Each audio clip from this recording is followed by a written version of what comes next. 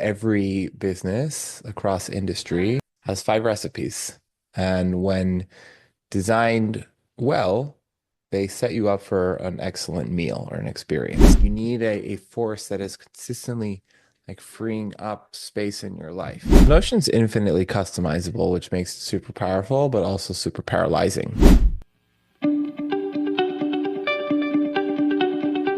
What one key piece of advice would you like to give to all the entrepreneurs watching and listening today? Entrepreneurship will grind you down. You have to build a systematic way to push against that pressure. Today, I have an awesome guest. His name is Ernesto Mandowski, and he's the CEO of MDM, a training firm focused on helping you grow your business. He has guided over 100 clients across 8 industries to build scalable systems that increase peace, performance, and profitability with the 5 recipes. And his mission is to help you grow your business by sharing insights through the Momentum Multipliers platform. And outside of work, Ernesto enjoys reading, baking, challah bread, and working out and spending time with his family in Miami, Florida. Welcome, Ernesto, and thank you for being on the Business Growth Show. Thank you so much for having me, Ethan. Yeah, awesome, mate. It's going to be a great podcast for everyone watching and listening today. And you are a successful entrepreneur. So for those people who don't know who you are, just introduce yourself by telling us a bit more about you and your journey. So about 20 years ago, I threw a party, made $30,000 in one night. And I wanted to be around that energy. I wanted to be around hospitality. I wanted to be around bringing people together. And so I built a career at the intersection of restaurants and tech and systems engineering. And about 5 years ago, I started my business with this idea of how can we use what I learned in that experience of restaurants and tech, and how do we help entrepreneurs create these unforgettable experiences for their clients? Yeah, cool, man. Love that. I think everything's about experiences, and I love the way that you transferred that into a bigger piece, which is very cool. So let's talk about that a little bit more now, because yes, I know you want to talk about like how every business is like a restaurant with your background. So yeah, tell us more about this. So I think every business is exactly like a restaurant, whether they realize it or not. Some try to operate like the Cheesecake Factory. I don't know, in Australia, if the Cheesecake Factory is there. It's like this big, you know what I'm talking about? It's like this big restaurant, big menu, lots of product offerings. Um, when in reality, they only have the capability of operating like a food truck. You know, we only have the capacity to deliver one or two offers, but we're trying to deliver 50 different versions of an offer. And it's through spreading ourselves so thin that entrepreneurs create this overwhelm. And it's this overwhelm that I believe is the biggest reason why 90% of new businesses fail. And by getting people to become aware of what is happening, I use restaurants because everyone knows what a restaurant is. Everyone knows what it's like when a server shows up and asks you for your preferences and asks you for your, special occasions. It's really no different than when a setter or a closer shows up to the call already qualifying and asking you the right questions that get you in the right frame of mind in order to order the Dom Perignon because you're feeling really good. And so people can connect with these stories a lot more effectively than if I'm just like, listen, this is Notion and this is how you're going to do the property and this is the integration. People, they kind of goes over their head when you just jump into the tech. Yeah, cool, man. It's I do love restaurants, and everything's a bit different. It's funny in the US, like tipping is like mandatory and needed how they make money, but like it's not a Yeah. thing here in Australia. So it's interesting how the industries are a bit different. But I love the connection there, and the similarities that you're talking about, because it's definitely an experience, and they want to give you. I think there's more customer service in the US because they know you know what I mean? Like they're going to be getting something out of it, and you get a bigger tip, right? As well. Yeah. Yeah. And, it goes back to kind of like incentive structure, performance based. America is very much like a performance based country, I think, versus Australia or Europe. It's very much like show up to work, still do some level of service, but it's a different way of structuring it. Yeah. And I like the word experience that you use there, because I think an experience is so important for our business, right? Whatever the business is, from a restaurant, obviously it's different because you're there, but how do you translate that, into an experience that your clients or prospects have, right? As they work with you as well. And I know you also talk about ownership being the problem that every business has. So tell us more about this too. Yeah, well, every business has an owner that wants things to happen a certain way. And because the owner is literally in the business working in several roles, by definition, the owner is in the way. The owner is trying to do all of these different things when the owner can instead hire a team, you know, bring people into the company to operate on their behalf. But what gets in the way is that owner maybe never documents how things are done. And so they'll say, "Oh, like I don't trust a team coming in," but it's like, "Hey, the owner doesn't take ownership in getting themselves out of the position." And so as much as that person like wants to victimize themselves, like they are the problem. They are part of the problem. Yeah, yeah, I agree. It's that letting go. Oh, no one can do it as well as I can, right? From the people that I see as well. And that's true, right? Because we're all unique. No one's going to do it exactly the same as us.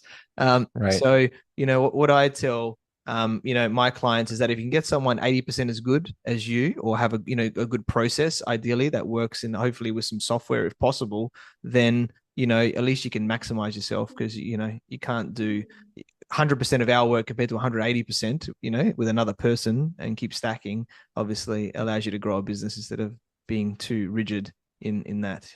Yeah. Without a doubt. Without a doubt.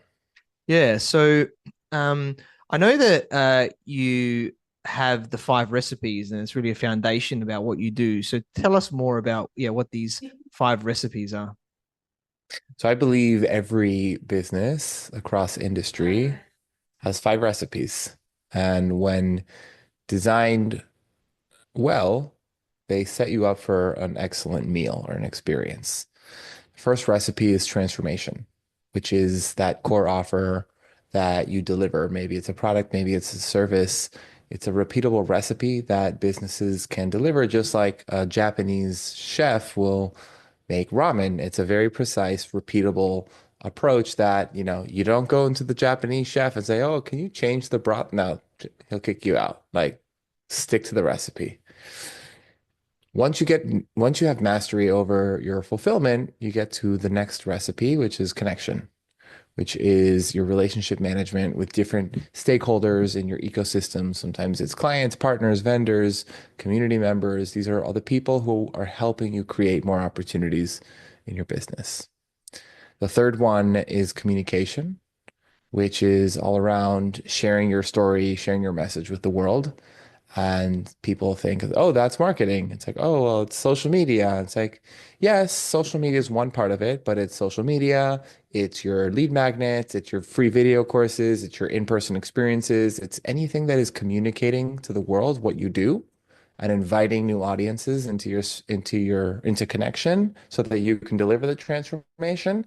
It is sharing that message. And as you're noticing, these recipes build on top of each other, and they are what compounds growth for yourself. Most entrepreneurs know recipes one, two, and three. They know about delivering a transformation, they know about connecting with your ecosystem, and they know about communicating your message.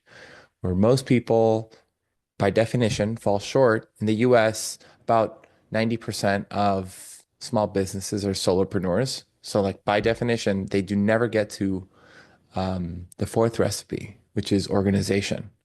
And organization, you start documenting your tactics, you start bringing in tools, you start creating this alignment where you are literally operating like a machine. This is what unlocks automation, this is what unlocks delegation. It really is where like scaling really happens. And the fifth recipe is intended to counter the fourth recipe.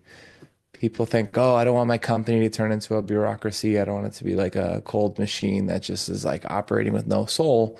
And the fifth recipe is actualization. It's the culture, it's the spirit, it's the feel good, it's the values, it's the mission, it's the vision, it's the parts that really lights people up and allows a company to create the alignment between your personal purpose, every single team member's personal purpose, and the company's organizational purpose.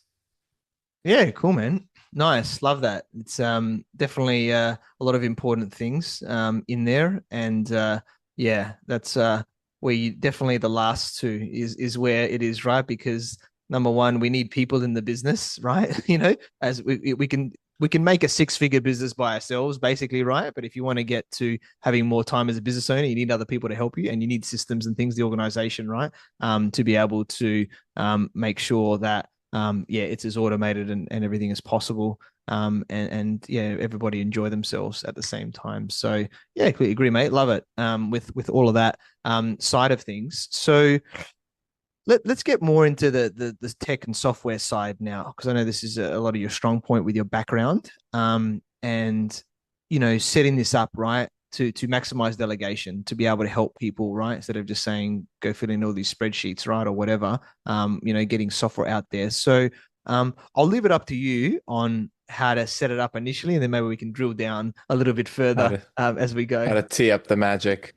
Yeah, I think you know, first of all, people get the idea of like what is a system versus what is software. They ask that question. It's like, hey, software is just the tool that is part of a system. A system is something much larger.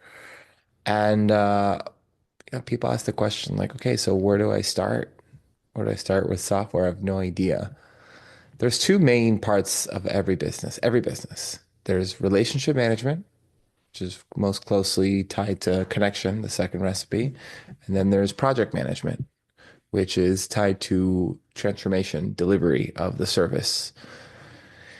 These two are like the main places where everyone can start your contacts and then your to-do list.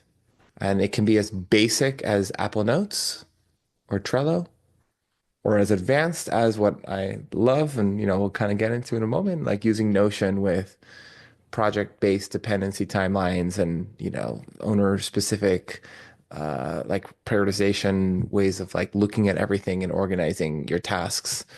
But the important thing is to understand like where to start, and that these are like the two main places to begin.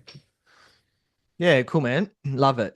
Definitely really important. So let's maybe delve into I guess what types of software and things like that. Like and I guess some of the platforms. Like I know you mentioned Notion. I think let's delve into Notion in a moment. But what else? I guess from a business perspective, outside of that, do you think maybe required or is important, to help with that, the software and the systems and everything to work Yeah. well? Yeah. So aside from Notion or a project management tool, you're going to want to have like an email service provider, something to send out marketing emails. Very important. I think you're also going to want to have a data capture tool. So sometimes people are using Typeform or Google Forms. I personally use a tool called Tally.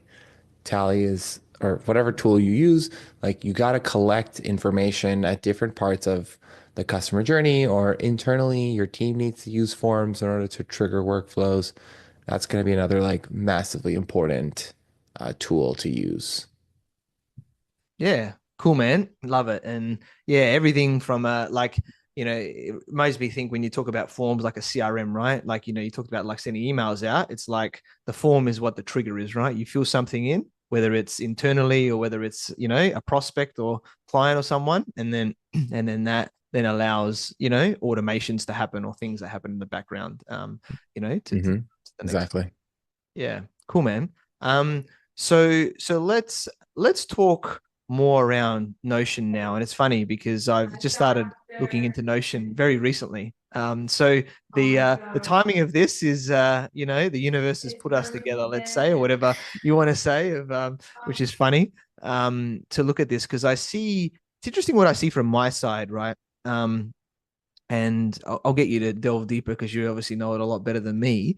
But I was originally looking at Notion from a knowledge management system side, right? Where to put all the processes or the systems The in. documentation, yeah. Yeah, so that's what I was looking at it. But then I realized that Notion, I think more recently as well, has the project management element right to it as well, which is great. So you have like both of them in the one spot, so that if you need to look at the process, someone can, but you also have the project manager or the workflows and things Hmm. within it, right, to do stuff within the team too. So that's what I see from. I'm very new to this, but I'd love to know your comments on that and generally about like using Notion and what power it has for our business. Well, Notion's infinitely customizable, which makes it super powerful, but also super paralyzing. You give someone a white paper, oh, draw anything. It's like, I don't know. I don't know what to draw. I don't know what. I have to take responsibility for what I draw. It's like, oh my God, now I have to maintain it. And so no, Notion is extremely powerful. I mean, I am able to use it to set your priorities. You have your goals.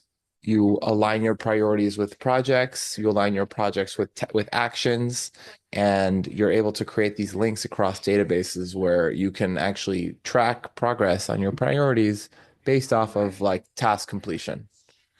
And so it's this relationships that you can build between databases that makes the tool super powerful. I also have promotion databases, like marketing, like content asset databases that are tied in. I have KPI databases. I mean, I have all sorts of different databases, but for the average person who's listening to this, oh my God, like I'm just getting into Notion, instead of asking the question of like, oh, what can Notion do for me? It's like, no, what do you want to do? Like what are your goals? And then you specifically, you find the Notion YouTubers, you look for the video, and then you ask your question. You get very specific with the ask, and that's when we can say, okay, this is how you can achieve what you're trying to achieve. Most people are like, oh, what can I do with Notion? And then you say like, oh, there's forms and automation, and then you get overwhelmed, and so.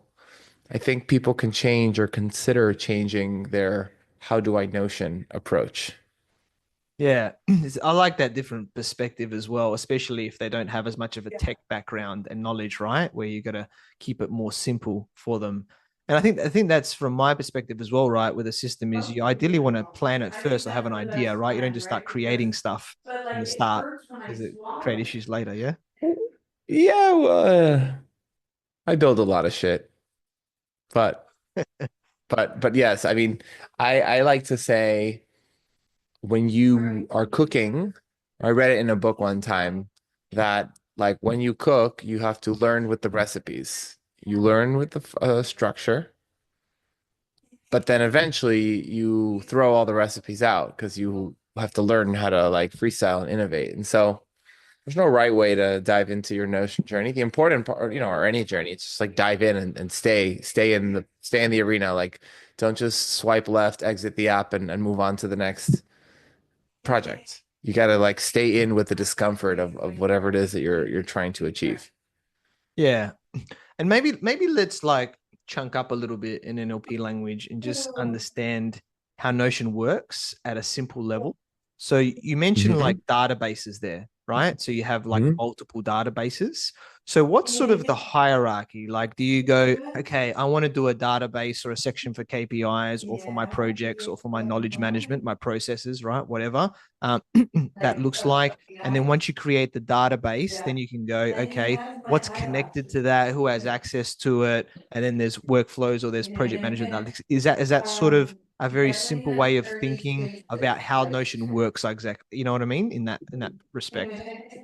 The way Notion likes to explain it is, it's like when you were building Legos as a kid, you received this box with a bunch of blocks. So Notion is a space where you could put blocks together. And the blocks are sometimes going to be text blocks, sometimes it can be a headline block, sometimes an embedded block. Like, you think of like a web page. I don't know if you've ever like designed websites, like there are different blocks on the page. The database just is a type of page or a block, but where every record is going to look like the same. Every record is going to have an attribute called, I don't know, type or date or or dollars or um tags, multi-tags. It is like database, like thinking in databases does require a bit of a shift, but knowing like, okay, if you have a database of groceries, right? Like every item is food, every item will have a price, every item will have like a way of counting it. Like every item is kind of uniform.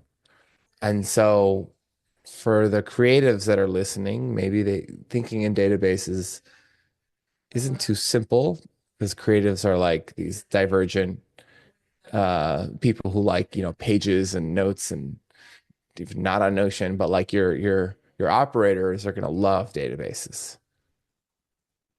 Yeah.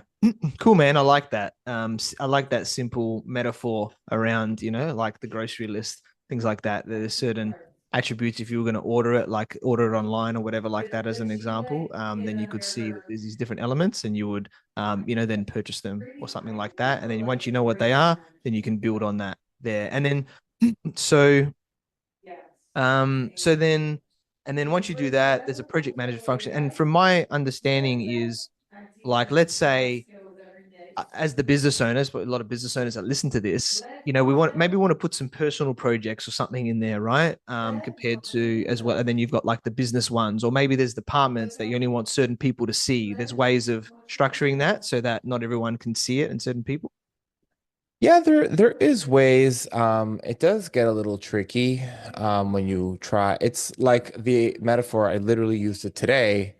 It's like if you're using your personal Amex for your business, the business expense is now in your personal account. It's like, all right, what's going to happen when your CFO is generating the P&L, but a bunch of stuff is missing, or the CFO puts your personal expenses in the business and your profit is now deflated. It's like, what's going to happen when your, I don't know, VA starts seeing like things they shouldn't see about your personal life.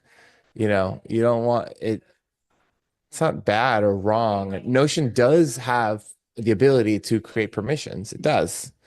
But it's like once you start dipping your toe in and you're like, I'm gonna just not be disciplined and just dump a bunch of shit in my Notion workspace, the permissions aren't gonna save you. The easy response I tell people, it's like, hey, just start a new workspace. Like I have a different workspace for my personal life that I use my framework on myself, and I have a workspace for my business. Makes sense. Keep it separate. And is that through a different email, or is it the same email, Same but you email. just have multiple workspaces basically? That makes I sense. mean, I manage like 30 workspaces like with clients and stuff. So So I you got a used lot to of switch it. workspaces. Yeah, yeah. Yeah. Yeah, cool, nice. Okay. So no, I like it. I think it's not just from my perspective here, but it's good, for people to understand how it works. Some of the, I guess, frequently asked questions that you've done as well, which is cool, right? On how that works. So yeah, thanks for sharing that on the Notion side. And then I think it becomes really powerful, right? To do that. So I guess while we're just finalizing, I guess, talking on Notion, is there any other tips or anything else that you'd like to share about Notion?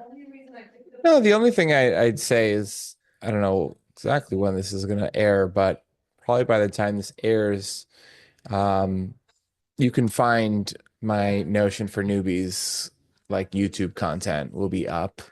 I'm teaching Notion through the lens of building your system. We said earlier this idea of like relationships and project management. And so I have a free template that I invite leads to duplicate. It's called the first system. where you have your goals, your people, and your actions. And kind of using those three use cases, we start to learn, build out your first system in Notion, but also just like you're learning the tool as well through getting that hands-on practice that I was talking about earlier. Yeah, cool. Awesome. Well, we'll get that in the show notes there, definitely, for people to check out. Because I'm sure it'll be cool. Because yeah, systems may seem a little bit complex, easier than for others, but once you get someone like you, Ernesto, and can step you through or give you a baseline template or something like that, then it's just you can build on that from there. So I think that's very valuable, mate. So awesome stuff. I'll even be checking it out because I'm new to the Notion world, even though I love systems, but it's always there to learn from other people, right? And everything, Awesome. whatever it is. Yeah, So, totally. yeah, cool, man. Let's let's talk now about a growth scorecard, right? And creating a plan, I guess, for this. So, do you want to share more about what this looks like? Yeah, I think in the world of in entrepreneur land, there's just infinite signals that we believe are signals. We're paying attention to so many things, but it's like, all right, what is the thing to focus on? A P&L sometimes is an overwhelming concept for an entrepreneur. And if, and I believe entrepreneurs are typically thinking about like, okay, what's going to generate the top line? What's going to generate the top line revenue?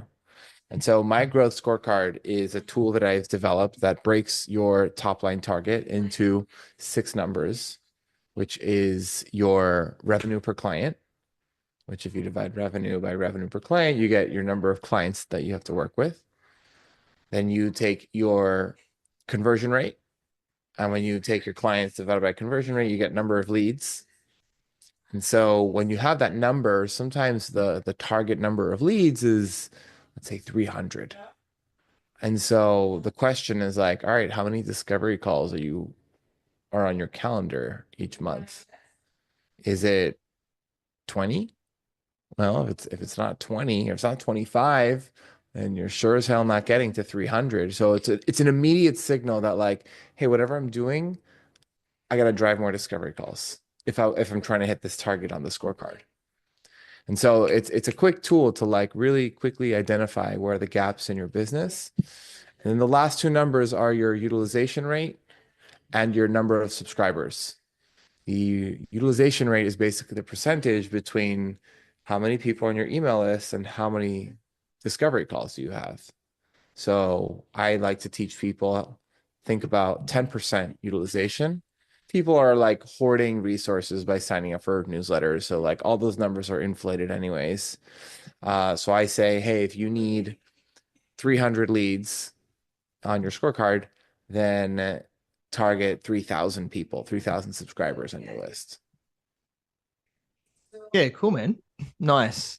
I think it's all very important, right? And this is the what's going to make you the money, right? Like what are those steps? And then you can improve on them, right? Like, if you double your conversion rate, all of a sudden the business doubles, right? You don't need as many leads potentially as well, right? As well. Exactly. Exactly. So it Sorry. you're right, mate. I know it's very late for everyone watching and listening. Is in the US right now, it's late at night and it's sort of early afternoon the next day in the future here in Australia. So Ernesto's still going strong, which I'll definitely give. I've done some weird times. I've done like 3, 4 in the morning podcasts once or twice before. So you do what you got to do, right? uh, Amen. love it. I gotta hit my subscriber count, Yeah, My growth scorecard is telling me you gotta get out you got to get up there, man. Hey, you do X amount of podcasts. Maybe that's part of it, right? In there as well. there. Could be a lot of different functions, not just the discovery call. Every business is different. But yeah, that's no, really important. It was interesting about that. Yeah, utilization rate was quite interesting about the subscribers and everything like that. There, I haven't heard that one before. Of what are you doing compared to the calls, and if it's 10 times that amount. Yeah, it's interesting. It's a new one, and I don't know if like 10% is the right number, but like definitely it's supposed to illustrate that like, hey, a bunch of your emails on your list are shit. They're not gonna actually do anything. So just like count them as such and just keep growing the list. Like keep taking massive action to grow your list. And Sometimes that's done through podcasting. Sometimes it's done through keynote speaking. You had your event recently, you gotta get out there because even though you're gonna speak to an audience literally in person of 1,000 people, maybe 5 people will book the call with you. So I mean, it's the same concept. Yeah, definitely. And when you've got looking at these numbers, like obviously you can just have it in like Excel or a spreadsheet, or is there something in Notion this could be created in, or some other system or whatever that manages this? So, Yeah. so it's, I mean, we'll include the link in the notes, but you fill out a quick 5 question quiz and you'll get a PDF. You'll get a PDF. It's tied to an Excel, to a Google sheet that I share with people if they, book the call with me. There's like a whole playbook that says like, oh, if you increase your price, how does that impact the number of clients that you want to serve? If you increase conversion, how does that impact the leads? All the things that you were mentioning before. But yeah, it's pretty simple on Excel. And when it comes to like Notion, what I teach people is every week, every month, you are like understanding what are the proactive leading actions that I'm like executing towards in order to hit that number on the scorecard. Because ironically, every number on the scorecard is a lagging indicator. If people are listening, don't know what a lagging indicator, it's a result. It's like an outcome. It's not something you can control. You can't control anything on the growth scorecard. You can only control, you can't even control like discovery calls, but you can control prospecting calls. You can't control email subscribers, but you can control number of posts that you make. And so it's this idea of like every week you're looking at the activities that you can control.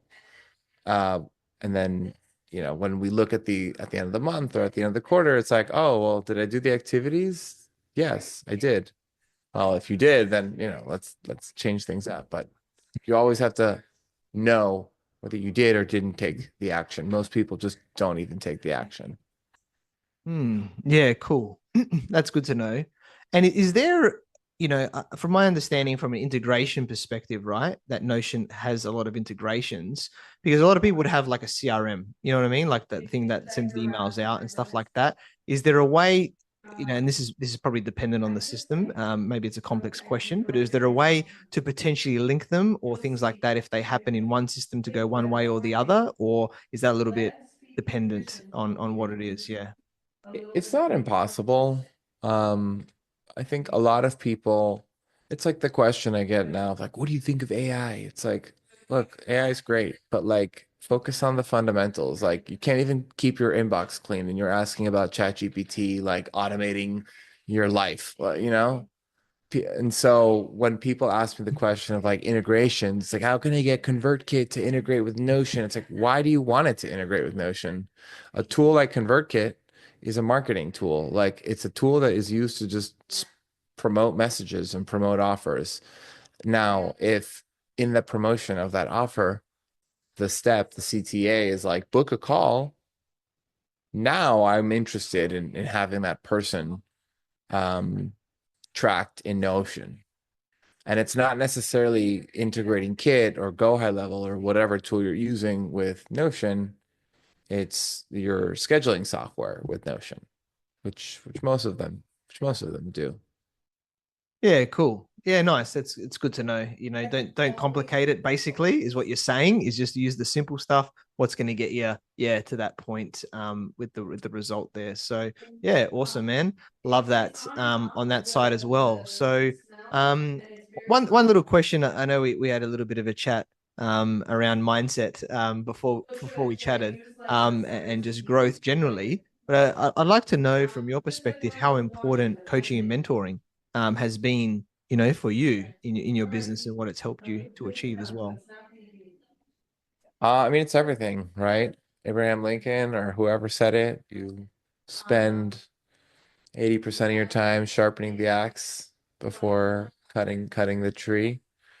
That's what mentorship like does for you. You're meeting with people who like have figured out all the problems and are giving you like forewarning That's what I do. That's what I do with my membership. It's a bunch of people who come in and ask the exact question that you said, like, how do I integrate this? Like, I spend 19 hours on YouTube. It's like, hey, stop doing YouTube. Just come to me straight, ask me the question. We'll answer the question and move on with our lives. And that's what it's like when you find a mentor, whether it's for Notion or for, sales or marketing or whatever it is. It's so paramount to work with people who have like walked the walk and just want to share their experience. Yeah, definitely. And I'm the same where, I wouldn't be where I am without my coaches and mentors and also being coach mentor myself, to be able to help others, right? Because in the end, it saves us a lot of time, the investment, whatever it is, for the value. It's just going to save us a lot of time. Like you said, wasting 19 hours when you can ask a question for 5 minutes and get a particular answer or spend an hour instead of 19 or whatever that looks like is invaluable because we only have a certain amount and we've got to ideally get to where we want to do quicker. So yeah, awesome, mate. Well, yeah, you shared a lot of awesome value in terms of all those different elements of business, which I loved around your 5 recipes and obviously delving into the software and the Notion side of things and the growth scorecard. And I guess as we're starting to wrap up here today, what one key piece of advice would you like to give to all the entrepreneurs watching and listening today? Um, Entrepreneurship is a fucking grind. Like it will grind you down and you have to build a systematic way to push against that pressure. You build your systems, automation teams, whatever. Like you need a force that is consistently like freeing up space in your life. So, there's many different ways of doing that. Sometimes it's with tech, sometimes it's with a team, but like ask the question of how that can be done. Cool, man. Love it. Awesome stuff there. So always the questions are the answers, right? The better quality question, the better answers that we'll get. So awesome, man. We connected through our networks. So I learned about your awesome journey from your various tech roles and now being the CEO of MDM. You're an awesome guy. I'm sure you continue to help people grow their business. And I'm very grateful, that we connected and look forward to connecting further. So, Ernesto, how can people find you and get in contact with you? I'm on Instagram or LinkedIn, but really like the next step, I would love for people to go to start.yourmdm.co. And on that page, you'll have the growth scorecard, you'll have the first system, and you'll even have an opportunity to join our monthly live workshop online to kind of do the work together. But everything can be found there and, keep moving. Yeah. Awesome, mate. We'll definitely check out Ernesto there, socials, check out the website, check out those tools that is provided, which will help you, get started and take your next step into where it is on that system side of the business. It's been a pleasure interviewing you, mate, and thanks for being on the Business Grow Show. Thank you. Thank you, everyone, for watching and listening to this show where we talk about everything on business growth. And please like, subscribe, and leave us a 5-star review. You can find me on LinkedIn, Facebook, Instagram, and YouTube as Ethan Cassiotis, or visit my website, ethancassiotis.com. If you want to grow and scale your business, you can reach out to me on any platform to see if we're a good fit. I completely agree with you, or do I? The only way you know is if you tune in next time. So until next time, remember that our business grows when we learn skills and take action using them in spite of fear. So remember to design your growth and results.